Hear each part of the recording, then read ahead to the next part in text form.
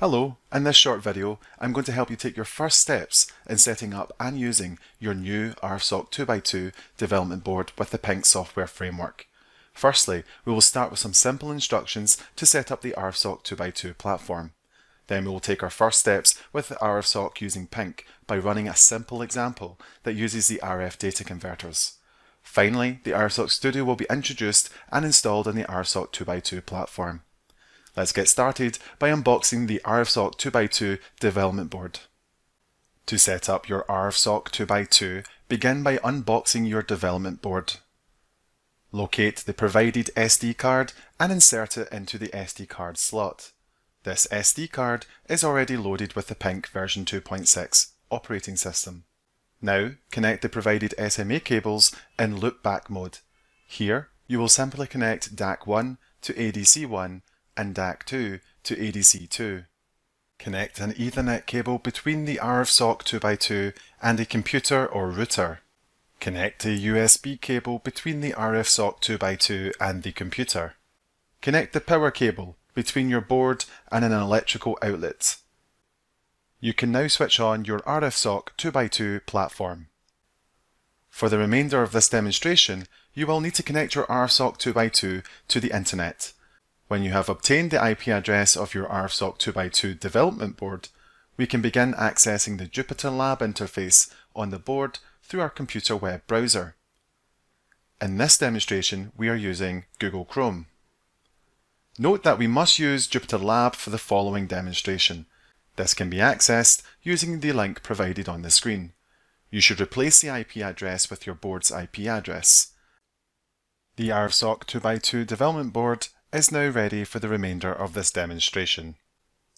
Now that you have booted up your RFSoC 2x2 with a brand new installation of Pink version 2.6, you can see that we are now in the Jupyter Lab environment. So from here, Jupyter has a file explorer, and on the left hand side you can see several files in the folder navigator window.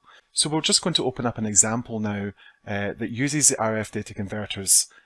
If we open up the base folder and then the RFDC folder, we'll find 3 notebooks, and we're interested in opening up the first notebook in this series. And this is an RF data converter introduction. And the main aims of the notebook is to help you learn about the XRFDC package, which is the Python package that allows you to interface with the RF data converters. So with this notebook, we'll also investigate the radio hierarchy that has been implemented in the programmable logic that's going to allow you to transmit tones through the DAC and also receive and acquire data from the ADCs. And with this data, we'll be able to plot it and inspect it using the Plotly Python library. So I'm just going to scroll down and show you this notebook. And this is a great first place to start if you have just booted up your RFSoC 2x2 for the first time. Now, the introduction here is just essentially explaining the overview of your RFSoC system. You can see that you have a processing system, the application processing unit, the programmable logic, and also the RF data converters. On the RFSoC 2x2 board specifically, we're using a ZCU28DR RFSoC device.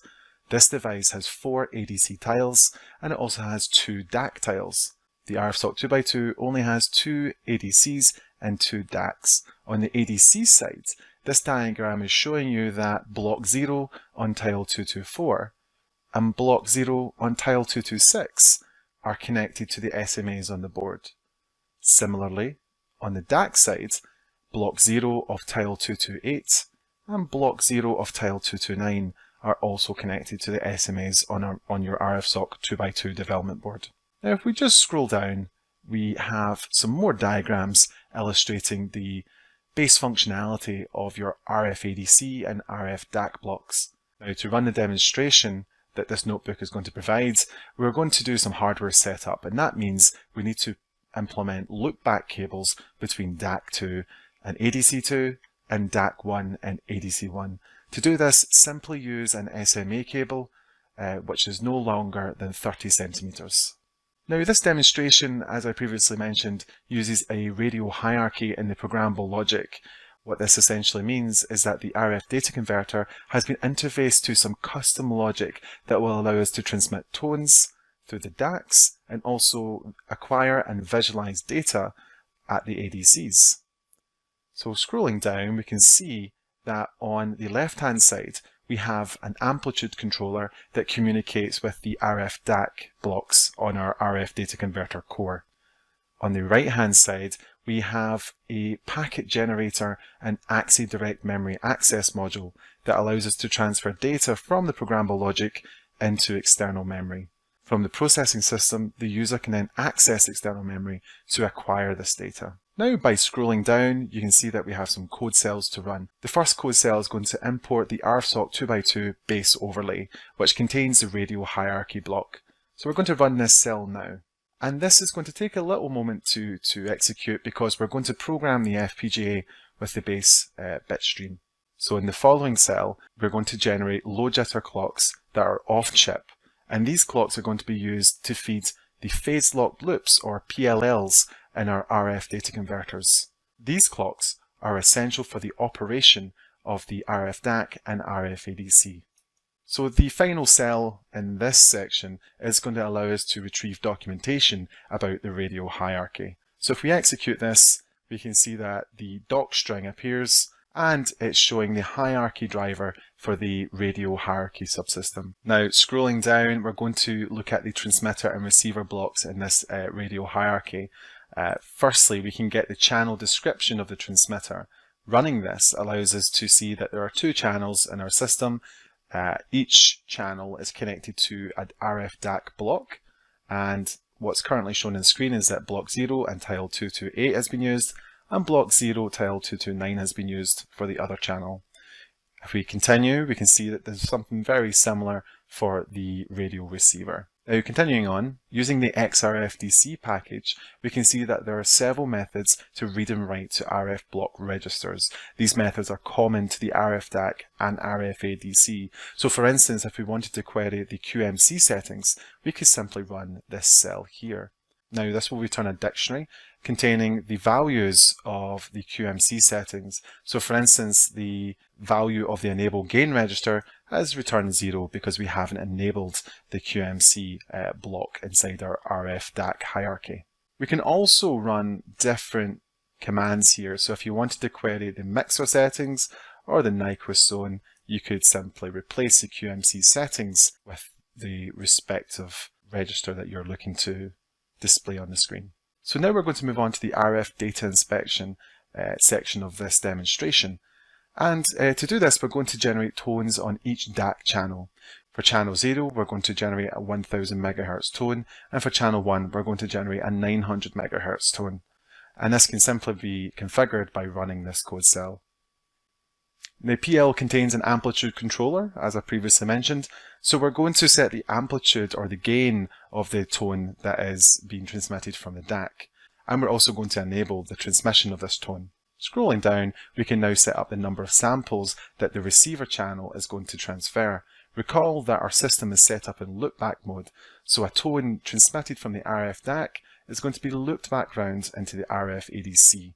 So running the code cell below will allow us to transfer complex data and 256 samples from the RF ADC channels. Now that we have complex channel data in Jupyter, we can import Plotly, NumPy and IPy widgets to enable data visualization. And that's what we're going to do now with this code cell. Finally, the data can be plotted using the graphics objects library in Plotly. So we're going to use go.scatter and go.figure widget for each channel, and the IPy widgets will allow us to display each figure at the same time. So running this code cell, we are now going to plot the complex data that we have just acquired from the RF ADC's subsystem. And now finally we can see that the acquired data has been plotted in our Jupyter notebook. You can see in the top the time domain plot of ADC channel 0, and you can see in the bottom the time domain plot of ADC channel 1. And that concludes this small notebook on data visualization and becoming more familiar with using the RF data converters in the PINC environment. Now, I won't be continuing with the other notebooks in this series. I will leave that to you to do on your own. And I would like to draw your attention now to another series of projects that you can obtain for your Rsoc 2x2 development board. These projects have been produced by Strath SDR and can be found at the following GitHub page shown on the screen now. That's github.com/strath-sdr/rsoc_studio. Now the Rsoc Studio is a collection of projects that uses the Rsoc 2x2 development board and Pink framework. Scrolling down this repository, GitHub repository page, we can see that there are several examples being shown on the screen. The first of these is a 4 GHz multi-channel spectrum analyzer. You can use this to inspect the spectrum and the ambient signals in your environment. Next up is an OFDM transmitter and receiver design that is completely open source. Following that are several other designs such as a QPSK transceiver, a BPSK transceiver that transmits Hello World and is able to synchronize and extract the Hello World message via the receiver. We also have an automatic gain control example which uses digital loopback to implement the AGC algorithm. And finally, there is the Rsoc frequency planner that is completely open source and can be accessed on your Rsoc 2x2 development board. So all of these projects can be installed using the quick start guide found in the README of this repository. So collectively, these are all called the Rsoc Studio, and it's a great place to start if you want to become familiar with your Rsoc development board. We have a couple of instructions here now to install the Rsoc Studio, and I'm going to show you how to do that now. Firstly, I would like to run this command, which is going to uninstall all the packages if they have been accidentally installed before. If you are running a fresh install of Pink version 2.6 on your Rsoc 2x2 development board, I would still recommend running this command as it's going to uninstall the Spectrum Analyzer installation that is already on your system. To run this command, I've navigated back into Jupyter Lab and I'm going to click the launcher window shown on the screen. If you do not have this launcher window, simply click the plus button at the top left side of the Jupyter Lab window. This will launch another launcher tab. Just by clicking the terminal button at the bottom of the screen, I'm opening up a terminal inside Jupyter Lab. Paste the command that was previously on the GitHub repository into the terminal. We can run that command. You may be asked to uninstall the Spectrum Analyzer at this point. Just press the Y button, then press enter. Now returning back to the Rsoc Studio repository webpage, we have one final command to run, and that's this one here. This is going to install the Rsoc Studio version 0.2.1, and that's going to give you all of the projects that we previously just spoke about. So I'm now going to execute this in the terminal in Jupyter Lab.